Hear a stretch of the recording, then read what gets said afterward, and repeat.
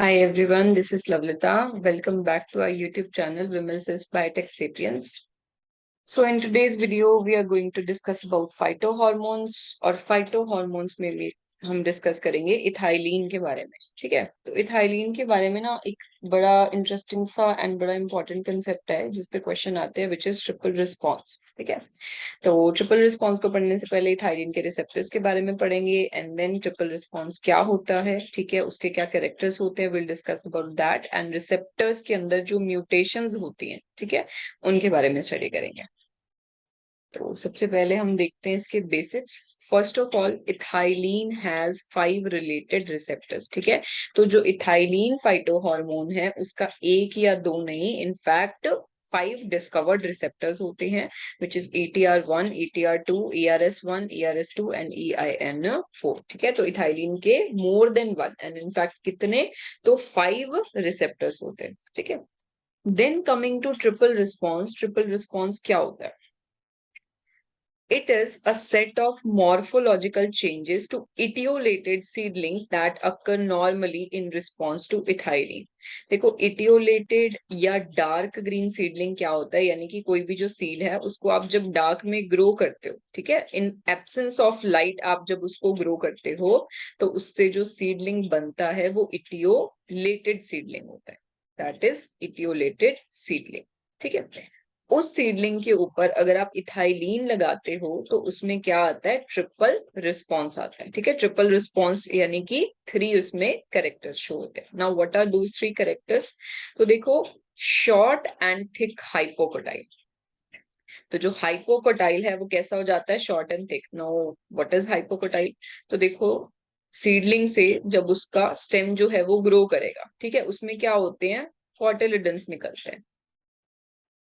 ठीक है, कॉटिलिडन्स के बाद फिर से स्टेम एंड देन क्या आती हैं, ट्रू लीव्स आती है। ठीक है, तो ये जो कॉटिलिडन्स होते हैं ना, कॉटिलिडन्स के नीचे का part is called hypocotyl and ऊपर का पार्ट इज कॉल्ड एपिकोटाइल। तो बेसिकली ये दोनों क्या होते हैं, स्टेम के पार्ट होते हैं। ठीक है, तो शॉर्ट एंड थिक हाइपोकोटाइल, चाहे एपिकोटाइल लिखा हो चाहे हाइपोकोटाइल, दोनों का सेम रहेगा। ठीक है, कि जब आप डार्क ग्रोन या इटियोलेटेड सीडलिंग के ऊपर इथाइलिन लगाओगे तो जो ये एपिकोटाइल या हाइपोकोटाइल है ये कैसे हो जाते हैं, शॉर्ट हो जाते हैं एंड थिक हो जाते हैं। एग्जैजरेटेड एपिकल हुक, या इसको हम क्या कह सकते हैं, tightening of apical hook. Tightening of apical hook. अब एपिकल हुक क्या होती है? ठीक है, तो देखो क्या होता है, अगर आपने कभी भी किसी प्लांट को ग्रो करते हुए देखा होगा, तो जैसे मान लो कि ये सॉइल सरफेस है, ठीक है, तो कभी प्लांट ऐसे सीधा ग्रो नहीं करता, वो हमेशा क्या है, इस तरीके से ग्रो करता है। ठीक है, बेंड होता है। ठीक है, तो ये जो बेंड पार्ट होता है ना, इसको हम क्या बोलते हैं, एपिकल हुक बोलते हैं। ठीक है, ये बेसिकली इस हाइपोकोटाइल से ही बनता है। कुछ ऐसा होता है जैसे मान लो ये कॉटिलिडन्स है, ठीक है, और ये क्या है, तो स्टेम पार्ट है यानी हाइपोकोटाइल पार्ट है, और ये क्या है, तो कॉटिलिडन्स। ठीक है, तो ये जो हाइपोकोटाइल होता है ना, इसी की बेंडिंग की वजह से, इसी में अलग अलग ग्रोथ होने की वजह से, एक साइड पे ग्रोथ कम एक साइड पे ज्यादा ग्रोथ होने की वजह से क्या होता है, तो यहाँ पे बिल्कुल हुक लाइक स्ट्रक्चर बन जाती है। ठीक है, कुछ इस तरीके से ये हुक लाइक स्ट्रक्चर बनती है। तो ये जो पोर्शन है वो सॉइल से बाहर निकलता है। ठीक है, बिल्कुल स्ट्रेट ही ऐसे बाहर नहीं आता, ये पोर्शन पहले बाहर आता है, इसको हम बोलते हैं एपिकल हुक। ठीक है, बट जब आप इथाइलिन लगाते हो ना, तो ये एपिकल हुक क्या हो जाती है, एग्जैजरेटेड या बहुत ज्यादा टाइट हो जाती है। तो ये 3 करेक्टर्स होते हैं जो इटियोलेटेड सीडलिंग में इथाइलिन लगाने पे शो होते हैं, जिसको हम क्या बोलते हैं, ट्रिपल रिस्पॉन्स बोलते हैं। ठीक है, ये इसका बायो एसे भी होता है, यानी कि if you want to check that ethylene is present और नॉट, तो उसके लिए ट्रिपल रिस्पॉन्स को चेक किया जाता है। ठीक है, अगर ये तीनों करेक्टर्स शो होते हैं, इट मींस दैट जहां पे भी आप चेक कर रहे हो वहां पे इथाइलिन प्रेजेंट है। ठीक है, all right, next is ethylene receptor mutation. तो देखो, इथाइलिन के जो ये रिसेप्टर्स है ना, इसमें 2 टाइप की क्या होती हैं, म्यूटेशन होती हैं। First is dominant ethylene insensitive mutation. देखो, पहले तो हमने लिखा है डोमिनेंट। ठीक है, डोमिनेंट का मतलब क्या है, तो अगर एक भी रिसेप्टर में ये म्यूटेशन हो गई ना, तो वो इनफ है आगे इफेक्ट के लिए। ठीक है, अब वो इफेक्ट होगा क्या, इथाइलिन इनसेंसिटिव म्यूटेशन। कि जो इथाइलीन है ना, उसका जो रिसेप्टर है उसको सेंस नहीं कर पा रहा। देखो नॉर्मली क्या होता है, जो इथाइलीन होता है ना, वो जाके अपने रिसेप्टर से बाइंड करता है, उस रिसेप्टर को वो इनहिबिट करता है, जिसकी वजह से सिग्नलिंग क्या हो जाती है, ऑन हो जाती है। ये एक बड़ा इंपॉर्टेंट सा कंसेप्ट है, क्योंकि जनरली क्या होता है, कोई भी लाइगेंड रिसेप्टर से आके बाइंड करता है तो वो रिसेप्टर को एक्टिवेट करता है, बट इथाइलिन के केस में उल्टा है। ठीक है, जब तो रिसेप्टर अनबाउंड होता है तब तो वो क्या होता है, पॉजिटिव रेगुलेटेड होता है, यानी कि वो ऑन रहता है और सिग्नलिंग को ऑफ करके रखता है। बट जब इथाइलिन आता है, वो अपने रिसेप्टर से बाइंड करता है तो रिसेप्टर को इनएक्टिवेट कर देता है, जिसकी वजह से सिग्नलिंग ऑन हो जाती है। और अगर हम ट्रिपल रिस्पॉन्स की बात करें तो ट्रिपल रिस्पॉन्स शो हो जाता है। ठीक है, इथाइलिन आएगा, रिसेप्टर से बाइंड करेगा, रिसेप्टर को इनहिबिट करेगा, सिग्नलिंग ऑन हो जाएगी, ट्रिपल रिस्पॉन्स शो हो जाएगा। बट हम कह रहे हैं इथाइलिन इनसेंसिटिव म्यूटेशन, रिसेप्टर में ना प्रॉब्लम आ गई, रिसेप्टर के अंदर म्यूटेशन हो गई, जिसकी वजह से वो रिसेप्टर इथाइलिन को सेंस नहीं कर पा रहा। तो अगर इथाइलिन प्रेजेंट भी होगा तब भी जो रिसेप्टर है वो ऑन ही रहेगा, और जो सिग्नलिंग है वो क्या रहेगी, ऑफ रहेगी। ठीक है, इथाइलिन की प्रेजेंस में रिसेप्टर ऑन रहेगा, सिग्नलिंग ऑफ रहेगी, ट्रिपल रिस्पॉन्स शो नहीं। इसे हम क्या बोलते हैं, इथाइलिन इनसेंसिटिव म्यूटेशन, और ये डोमिनेंट टाइप की होती है। इट मींस अगर इन पांचों में से एक में भी ये म्यूटेशन हो गई तो ट्रिपल रिस्पॉन्स जो है वो आना बंद हो जाएगा, even in the presence of ethylene. ठीक है, नेक्स्ट हमारे पास क्या है, तो recessive loss of function mutation. तो लॉस ऑफ फंक्शन म्यूटेशन में क्या होगा, रिसेप्टर अपना काम करना बंद कर दे। रिसेप्टर का काम क्या है, नॉर्मली जब रिसेप्टर ऑन रहता है तब सिग्नलिंग ऑफ रहती है, तो रिसेप्टर के अंदर अगर ऐसी म्यूटेशन हो जाए तो रिसेप्टर क्या करेगा, सिग्नलिंग को ऑफ नहीं रख पाएगा। तो इथाइलिन हो नहीं हो कोई फर्क नहीं पड़ेगा, सिग्नलिंग क्या रहेगी, ऑन रहेगी। ठीक है, क्या कह रहे हैं हम, कि जब रिसेप्टर ऑन होता है तो जो सिग्नलिंग है वो क्या रहती है, ऑफ रहती है। ठीक है, जिससे ट्रिपल रिस्पॉन्स नहीं आता। यानी जब इथाइलिन नहीं होता, रिसेप्टर ऑन रहता है, सिग्नलिंग ऑफ रहती है, ट्रिपल रिस्पॉन्स नहीं आता। ठीक है, बट अब रिसेप्टर में लॉस ऑफ फंक्शन म्यूटेशन हो गई तो रिसेप्टर अपना काम नहीं कर पाएगा, जिसकी वजह से सिग्नलिंग क्या हो जाएगी, ऑन हो जाएगी, और इथाइलिन नहीं होने पे भी ट्रिपल रिस्पॉन्स शो होता रहेगा। बट ये म्यूटेशन कैसी है, रिसेसिव टाइप की है। ठीक है, एटलीस्ट दो रिसेप्टर्स के अंदर ये म्यूटेशन होगी तभी ये हो पाएगा कि ट्रिपल रिस्पॉन्स इथाइलिन की एब्सेंस में भी आता रहेगा। ठीक है, एक ही रिसेप्टर में म्यूटेशन होने से कोई इफेक्ट नहीं पड़ता है, एटलीस्ट दो रिसेप्टर्स में म्यूटेशन होने से ये चीज हमें शो होगी। ठीक है, तो दो में हो सकती है, तीन में हो सकती है, चार में हो सकती है। ठीक है, अभी तक पांच के पांच की नहीं डिस्कवर करी गई है। ठीक है, और एक में म्यूटेशन होने से कुछ भी नहीं होता, that is why we call it recessive loss of function mutation. ठीक है, so these are the points जो आगे हमें क्वेश्चंस में काम आएंगे। so let's start with questions. Okay, नवंबर 2020 का क्वेश्चन है ये, एंड आई गेस 4 मार्क्स का क्वेश्चन था। देखो इस क्वेश्चन में क्या दिया है, dark grown arabidopsis seedlings when exposed to ethylene gas, ethylene is the only gaseous hormone. ठीक है, C2H4 इसका फॉर्मूला होता है, and it is the only gaseous hormone.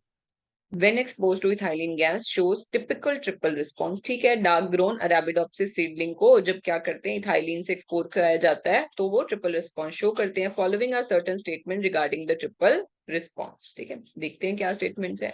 First statement है, a dominant ethylene receptor mutant. देखो अगर dominant लिखा है ना, इट मीन्स के ये इनसेंसिटिव म्यूटेशन की बात हो रही है, जिसमें रिसेप्टर इथाइलिन को सेंस नहीं कर पाता। ठीक है, a dominant ethylene receptor mutant will not show triple response in the presence of ethylene। तो यही चीज हमने अभी करी थी कि ट्रिपल रिस्पॉन्स जो है वो शो नहीं होगा, क्योंकि इथाइलिन को वो रिसेप्टर सेंस नहीं कर पाएगा, रिसेप्टर ऑन ही रहेगा, सिग्नलिंग बंद रहेगी, ट्रिपल रिस्पॉन्स शो नहीं होगा, यानी इथाइलिन होने पे भी ट्रिपल रिस्पॉन्स नहीं होगा।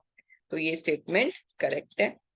Tightening of apical hook is one of the features of triple response. तो ये भी हमने करा है, एग्जैजरेटेड और टाइटनिंग ऑफ एपिकल हुक, ये क्या होता है, ट्रिपल रिस्पॉन्स का पार्ट होता है। Next is loss of function of multiple receptors will show triple response even in the absence of ethylene। This is again correct। Loss of function mutation की बात हो रही है, and again multiple। अगर यहाँ पे one लिखा होता ना तब ये स्टेटमेंट गलत हो जाती, बट मल्टीपल लिखा है तो ये स्टेटमेंट ठीक है कि मल्टीपल रिसेप्टर, मोर देन वन रिसेप्टर में अगर लॉस ऑफ फंक्शन म्यूटेशन हो गई तो वो इवन इथाइलिन की एब्सेंस में भी ट्रिपल रिस्पॉन्स शो करते रहेंगे। क्यों क्योंकि वो रिसेप्टर्स क्या रहेंगे, तो हमेशा आपके ऑन रहेंगे, ठीक है, जिसकी वजह से जो सिग्नलिंग है वो ऑफ होगी, ठीक है। तो लॉस ऑफ फंक्शन म्यूटेशन हो गई, ठीक है। तो अब क्या होगा, जो रिसेप्टर हैं वो अपना काम नहीं कर पाएंगे, है ना। नॉर्मली तो रिसेप्टर ऑन होके सिग्नलिंग को ऑफ कर देते हैं, ट्रिपल रिस्पॉन्स नहीं आता, ठीक है। बट अब उसमें लॉस ऑफ फंक्शन म्यूटेशन हुई है, तो रिसेप्टर क्या हो जाएंगे, वो अपना काम नहीं करेंगे, जिसकी वजह से सिग्नलिंग क्या हो जाएगी, तो आपकी ऑन हो जाएगी और ट्रिपल रिस्पॉन्स आता रहेगा। तो इथाइलिन नहीं होने पे भी सिग्नलिंग ऑन है, ट्रिपल रिस्पॉन्स आ रहा है, तो दिस इज अगेन करेक्ट, ठीक है। अगर यहाँ पे वन रिसेप्टर लिखा होता तो ये स्टेटमेंट गलत हो जाती, क्योंकि ये रिसेसिव म्यूटेशन है, एक रिसेप्टर में म्यूटेशन होने से ऐसा नहीं होता, ठीक है।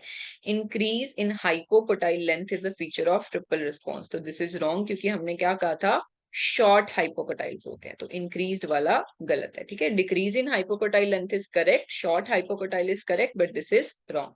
तो करेक्ट आंसर हमारा क्या हो जाएगा, option A B and C statements are correct. Next हमारे पास है dark grown Arabidopsis seedling show triple response when exposed to ethylene hormone, which one of the following option is characteristic of triple response.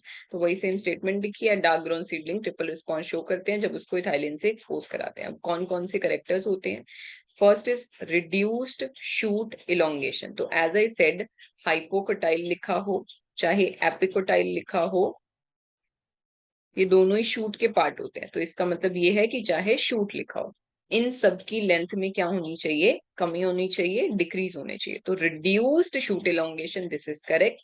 Increased shoot thickness, तो this is again correct, क्योंकि हमने क्या कहा था, length जो है वो कम हो जाती है, थिकनेस जो है वो इंक्रीज हो जाती है, तो this is correct. Tightening of apical hook, this is again correct. तो फर्स्ट ऑप्शन हमारा करेक्ट है, ठीक है। नेक्स्ट देख लेते हैं, रिड्यूस शूट इलोंगेशन, ठीक है। Reduced shoot thickness is wrong. Next is increased shoot elongation, wrong. Next is again increased shoot elongation, wrong. तो फर्स्ट जो हमारा ऑप्शन है वो करेक्ट है, शूट की लेंथ कम हो जाती है, शूट की थिकनेस बढ़ जाती है और एपिकल हुक क्या हो जाती है, टाइट हो जाती है। Next is dark grown seedlings displayed triple response when exposed to ethylene. Again same, which one of the following is not a part of triple response? तो कौन सा इनमें से triple response का part नहीं होता? Decrease in apicotyl elongation, तो ये तो ठीक है ना, क्योंकि reduced stem कैसे होगा, hypocotyl या apicotyl की लेंथ अगर शॉर्ट हो जाएगी, ठीक है।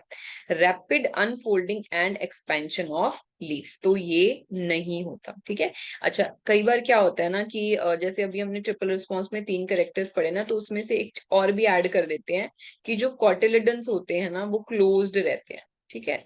तो वो चीज भी करेक्ट है, ये भी ट्रिपल रिस्पॉन्स में आ सकता है, ठीक है। कॉटिलिडन्स क्लोज्ड रहते हैं, ठीक है। But rapid unfolding and expansion of leaf ये नहीं होता। Next is thickening of shoot, तो ये भी ठीक है, शूट क्या हो जाता है, थिक हो जाता है ना। Next is horizontal growth of epicotyl, देखो एपिकोटाइल जो होता है वो स्टेम का पार्ट है, अगर उसमें हॉरिजॉन्टल ग्रोथ होगी तो क्या होगा, उसकी थिकनेस जो है वो इंक्रीज हो जाएगी, जिसकी वजह से शूट की थिकनेस इंक्रीज हो जाएगी। तो ये दोनों क्या है, सेम ही चीजें, हॉरिजॉन्टल ग्रोथ ऑफ एपिकोटाइल से भी क्या होगा, तो शूट की थिकनेस ही इंक्रीज होती है। तो दीज थ्री आर करेक्ट, वेरा सेकेंड जो ऑप्शन है वो हमारा ट्रिपल रिस्पॉन्स का पार्ट नहीं होता, तो आंसर क्या होगा, सेकेंड, ठीक है। So this was all about ethylene receptors, उसके ट्रिपल रिस्पॉन्स और इथाइलिन रिसेप्टर की म्यूटेशंस, ठीक है। This is important, all right.